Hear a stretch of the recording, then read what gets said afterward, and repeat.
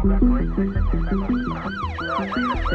years ago, Pamela Gallagher was murdered in her home in Roanoke. During the investigation, most suspects were cleared, but there was a mystery man that Pamela was said to be arguing with shortly before her death. No arrests have been made regarding her murder, leaving Pamela's case cold and her loved ones without closure. Roanoke police are asking the community to help find out who killed Pamela. This is Behind the Tape with RPD. Thank you for joining us and listening to a new podcast under the City of Roanoke's podcast umbrella. Today we are going behind the tape in a new podcast with RPD. I'm Carol Corbin, and you might recognize me from If You Know, You Know, but today I am joined by Detective Underwood with the Roanoke Police Department. Detective Underwood, can you introduce yourself to our listeners? Yes, I'm Detective Underwood with the Roanoke City Police Department. Okay, and how long have you been with the police department? I actually retired from the City Police Department in 2012, and I actually came back part-time working cold case homicides for them. How long were you with PD before you retired? I was 23 years, and then I was chief of police at Radford University for about 10 years, and then I came back after this job was offered. I was offered a job for the cold case homicide detective, and I had to do it. What made you have to come back? Well, I actually started the unit back around 2000, 2005, somewhere in that range. Detective Lynn Manning, who passed away in I think 2012, was doing the cold case homicides for the city at that time, and it's just something that's very, very interesting to me. There's a lot of things out there that I think can be done. There's a lot of old cases that still have a chance of being solved, and I wanted to come back and make sure that we can do that to the best of our abilities. That kicks off what our serious topic is going to be today. We're talking about cold cases, and we're going to be discussing an actual cold case from right here in Roanoke. And so before we get into the case, can you kind of tell us, what does it mean when a case is considered cold? Well, usually a cold case is something that all the leads have been exhausted, all the witnesses have been interviewed that they know about, based on the information that they had at the time. The good thing about a cold case is that you're going back through those things. You can go back and re-interview people if you can find them, and start sort of fresh and see if they may have missed something or something like that. And so what do we hope to get by discussing cold cases on this podcast? Well, I've always been an advocate of using the public to bring in information. The public knows a lot of information, a lot of crucial information about homicide cases, not just the one that we're going to discuss today, but older cases. I've got cases since 1966 that are still out there on the books that we can, that I have been looking at and working on. And it's very important that, that the public, anybody that knows any information about these cold cases, to come forward and give us the information. Let us look into it, even if you don't think it's a very important fact of the case or anything like that. Just give us a call and let us talk to you about it. So now we're going to get right into this cold case. Let me give a quick warning to folks that we are going to be speaking about an actual case that happened here in Roanoke. If this is not content for you, this is the time that you may not want to listen. But we're going to go ahead and have a brief background and set the scene, so to speak. Pamela Gallagher was murdered in her home in June of 1993. There were a number of named suspects, most of whom were cleared throughout the investigation. There was always someone else who detectives couldn't find or couldn't identify, a mystery man that Pamela was said to be arguing with shortly before her death. More than 30 years later, no arrests have been made regarding her murder. Roanoke police are asking the community to help find out who killed Pamela.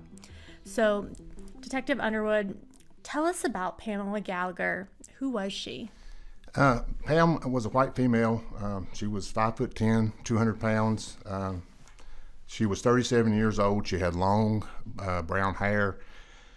She was briefly married in 1986, but divorced a short time later. She had no children. She actually attended Patrick Henry High School and graduated in 1973. She has an associate in applied science and psychology and mental health technology from Virginia Western in 1976. She has a Bachelor of Arts in psychology and sociology from Mary Baldwin College in 1989. She attended First Baptist Church and actually visited Oakland Baptist Church the Sunday before she was murdered. Pam's family described her as a very quiet person and stayed to herself. She had a difficult time maintaining employment during the time around her death. Pam was employed by CM Video and Audio Production. The company was located at 728 Church Avenue Southeast at the time of her death, and Pam worked for the company on commission selling advertisements for the company. And so we've got a lot of background on Pam, and most importantly, I mean, she was one of us. She was a part of our Roanoke community. She was. And so what happened to Pam on June 25th, 1993? Well, on June 25th, 1993, at approximately 19:02 hours, the Roanoke Police responded to 2629 Laburnum Avenue Southwest, Apartment B, in reference to a woman down in an apartment. When officers arrived, they found Pam Gallagher was deceased and laying on the bedroom floor. The bedroom was in disarray, and there was an apparent struggle going on, or had happened there. Okay, so who called 911? The neighbor who lived at 2629 Laburnum, Apartment A, advised police that she had last seen Pam Gallagher on Wednesday the 23rd around 1900 hours. The neighbor stated that she went back to check on Pam on the 25th around 1902 hours, and since she had not seen her for about 2 days. She advised police that she found the apartment door open and the screen door shut but unlocked. And the neighbor found Miss Gallagher in the bedroom lying on her back, and then immediately called the police. What did officers see when they walked into Pam's home? I mean, was anything out of the ordinary? Well, based on the crime scene, it appeared that Gallagher and her attacker had gotten into a struggle in the kitchen. The assault went into the bedroom, and once in the bedroom, Gallagher and her assailant filed across the bed, causing the bed to separate from the headboard. The bedroom items in the bedroom were knocked over. Gallagher was actually found partially underneath the bed and had facial injuries and had been strangled. Okay. And so what does that mean to you, that there was no forced entry into the home? Well, basically there was nobody knocked in the door. There was no damage to the doors. It looked like somebody was either let in or they come through an open door. When you found Pam, how long had she been there? Based on the state of the decomposition of the body, we would estimate that Pam was probably murdered most likely Wednesday night or early Thursday morning. So a couple of days, 2 days? Yes, ma'am. Okay. And what did her location and the extent of her injuries tell you about what happened to her? The crime was up close and personal. She fought the attacker with everything she had. She fought the attacker from the kitchen and ended up in the bedroom. Officers actually located a firearm belonging to Pam in the dresser drawer after the homicide, and it's possible that Pam was trying to get to the firearm during the struggle to protect herself, but she was not able to make it to the firearm to use it. Whoever did this to her, do you think it was someone that she knew or someone who knew her? Was this something that, we would call a crime of passion?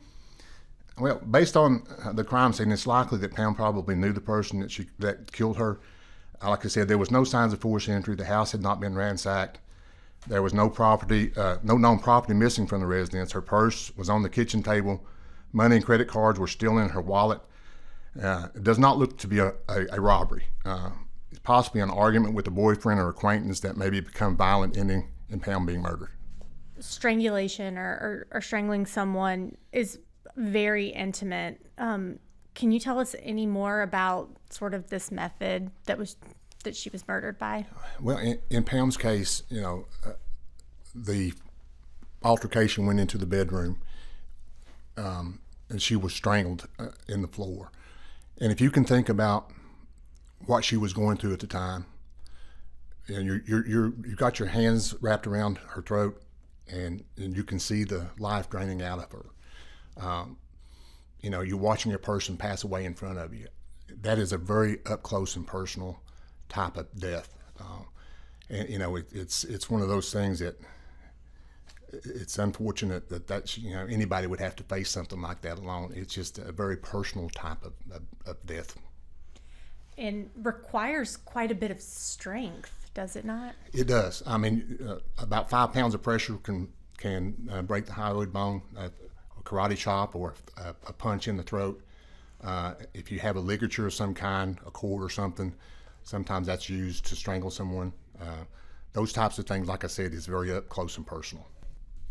It's so hard because when I'm hearing you talk, I want to jump to conclusions, but this isn't something that we can jump to conclusions on, because obviously you all have been investigating this at the time and still looking into it as a cold case, and those conclusions haven't been met yet. But in my head, I want to connect dots. Like, I want to be like, yeah, there was a boyfriend and he was there and it was a struggle and she was trying to get here. But at this point in time, that just isn't information that we can connect. Right. There's not really been a motive developed in this case. There's been a couple ideas that have been tossed around, but that's really not been a motive that we've been able to figure out. Let's talk about suspects. I know we can't get into specific names, but there were a few people who were considered persons of interest in this case. Why were you looking at them? Looking back through the case, there was probably 4 or 5 persons of interest. Probably 3 of those had alibis or have been pretty much removed from the suspect list. There was 2 that stood out to me, or stands out to me. The first one was a male neighbor that came to the crime scene asking questions to police about what had happened. That was shortly after Pam had passed away.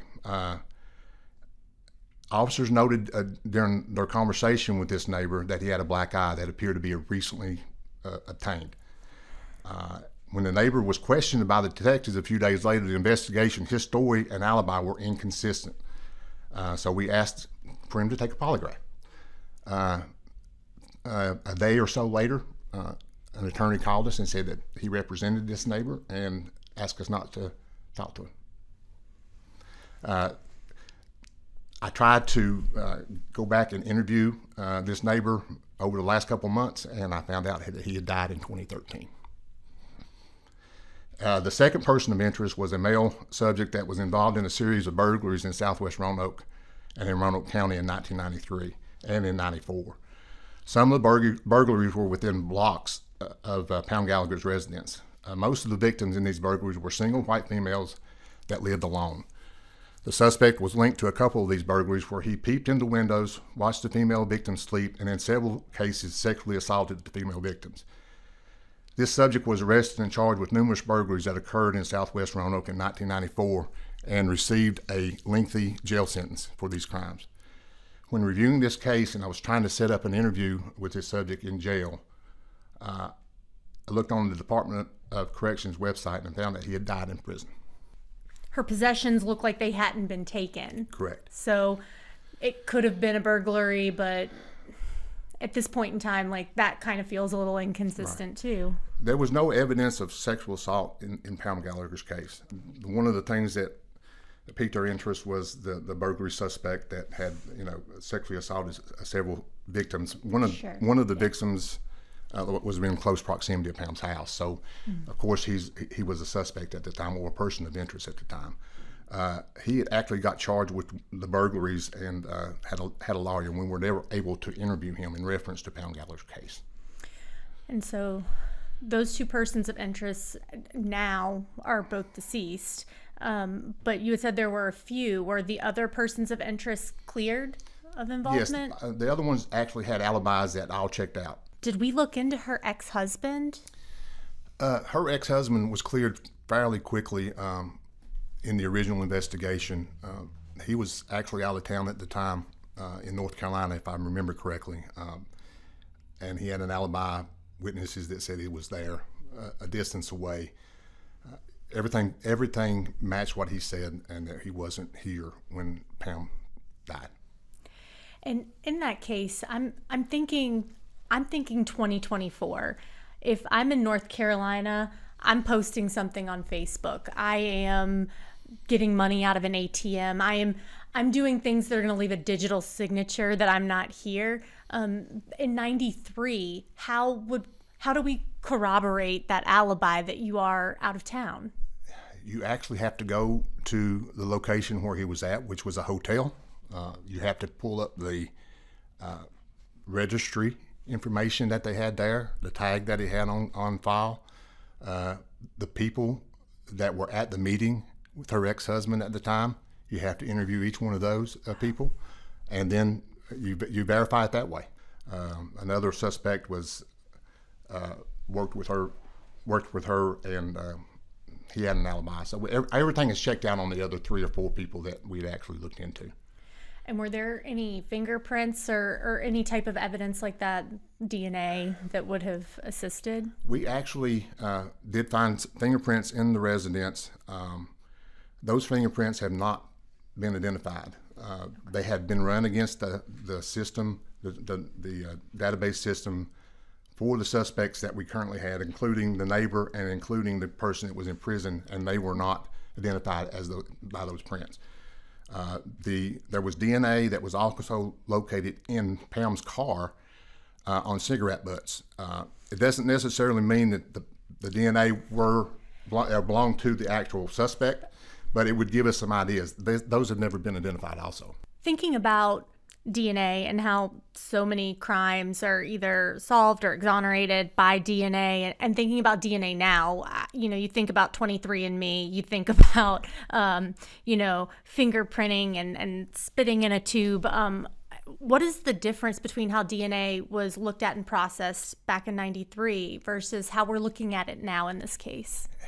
It took a lot more DNA back in the day to profile, and I'm not an expert on DNA, but DNA is collected from a person that's convicted of certain crimes and placed in a DNA database.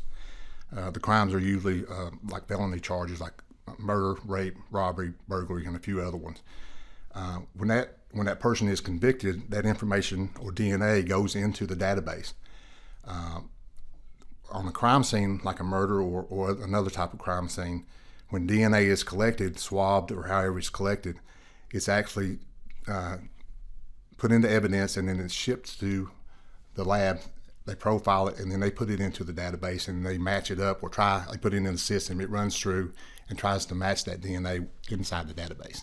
And so DNA that's collected yesterday and put through the database, it's still run against Pamela Gallagher's case and the DNA that was collected in that case to see if it matches even today. That is correct. And so the only DNA that we're looking at, though, is DNA that's collected in those criminal events that you just mentioned. Like if I'm taking a 23andMe test, like that information doesn't go into any database that you're looking at for a crime. It does not. There's something here about an argument that she had with an unknown person. Have we ever found out any more about that argument? No, we have not been able to identify. One of the neighbors early on in the investigation on June 23rd, that Wednesday, between noon and 3 o'clock near Pam's residence, the neighbor observed Pam, who she believed was Pam, stopped in the middle of the street arguing with a strange man that was standing beside the car. The woman was heard yelling something like, "You're not taking my car." The man he was described as a white male, 35 to 40 years of age, 5'9" to 5'11", medium build, medium brown hair. His hair was not parted. He was wearing khaki shorts and a short sleeve shirt. It's a lot of interest for me to be able to identify that person, and we've not been able to do that. So where does this investigation stand now? Well, the investigation is still active. We're currently pursuing leads that come through. I have some of the alibis on some of the persons of interest. The alibis, the people that said that they were with this person or that person. I wanted to go back, and I'm attempting to go back and interview them to find out if that information was correct or not. And I'm hoping to do that, especially the one with the black eye. I'm wanting to go back and interview the people that he had come forward and say that they were with him at the time, and that's what caused the black eye. And so for you personally, as you're investigating these cases, this case is from '93, so 30 years old at this point. Yes, ma'am. How is that for you, talking to people about something that happened 30 years ago and trying to get them to remember and see what that's like? Fortunately for me, I was on scene the day that Pam died. I was actually at the house. I did not investigate it. I was not one of the investigators handling the case, but I wasn't hired. I was with Roanoke City at the time. I'm familiar with the case because it was one of the cases of interest for me when I first was back in homicide when I started the cold case unit. This was one of the ones that I've always wanted to work on. But going back 30 years, it's difficult. I have found over the last several months that a lot of my witnesses are deceased. They were elderly at the time in '93, so I'm having a hard time. Even the next door neighbor that actually called the case in she died, I think, in 2015 or 2016, I believe. So it's been a difficult task to try to go and move forward in the investigation, and that's why this podcast is so important. It's important to get the information out there. It's important for anybody that remembers Pam, anybody that went to church with Pam, anybody that may have dated Pam or somebody that Pam could have confided in that knew about a boyfriend that we don't know about, or an acquaintance, somebody that may have known the person that she come in contact with that was arguing over her car. Those types of things are very important to us right now to get this case moving forward and to get justice for the family. And for somebody who may remember something or who may have information, what type of information is most important, or what type of information would you be looking for specifically beyond just who may have known her? Anybody that may have known acquaintances of Pam that we don't or didn't know at the time, any boyfriends that she may have been seeing. She was a very private person, and we don't know a lot about who she was dating at the time, and she didn't confide into a lot of people. So, any information about that, where she may be was hanging out at the time, or anything like that, it would help us a lot. Got it. And if somebody does remember something, what should they do? How can they get that information to you? You can actually call the crime line at 540-344-8500, or you can call me directly. My phone number is 540-853-5315. If I'm not there, leave me a message on my voice recorder, and then we'll go from there. Okay. Is there anything else that you want to leave us with about Pam Gallagher? Pam didn't deserve to die the way she died, and nobody deserves that. Without the public's help, we're not going to solve this case. Without the public coming forward and helping us in these cases, the public is our best asset in these things. Not only in Pam's case, we have currently 43 unsolved homicides since 1966, and there's probably a few more that I may have missed on there, but trying to actively work those, I have not forgotten about any of those. Those cases are important to me, and I plan on looking into them if it's one at a time. I get calls occasionally, and I'll look into things and see if there's anything that we can do. Detective Manning was very good about DNA evidence. He had submitted most of the DNA evidence in all the cold cases that I've looked at. So we actively have the DNA in the databases to be checked, but we've not got any hits on it as far as suspects. So the public, the information from the public is crucial, and it's not just in Pam's case, but everybody. I mean, all the cases. I know for a fact, looking at some of these cases, I know probably at least 10 cases where I know that there's witnesses to the homicides that have not come forward to police, and they've got reasons. They fear for their safety. The suspect is a family member or something like that. It's very difficult to overcome some of those hurdles for the police department. But anybody having information about these cold cases, please reach out to us. I mean, it would be very helpful. And in cases like Pam Gallagher, being able to have closure, being able to provide that closure to, any remaining family or acquaintances, or even just the community in general, is so important for us. Yes. I mean, unfortunately, Pam's parents passed away over the last few years and wasn't able to see closure, but she does still have brothers and sisters out there, and family members that would like to see this closure. Thank you for going behind the tape with Detective Underwood and me, Carol Corbin. Behind the Tape with RPD will have episodes out every month, or as often as we can get them to you. These episodes will include community programs and topics of interest, and a few times a year, Detective Underwood will be back here with us, shining a spotlight on cold cases that he's working on. Thank you for being here today. Thank you very much.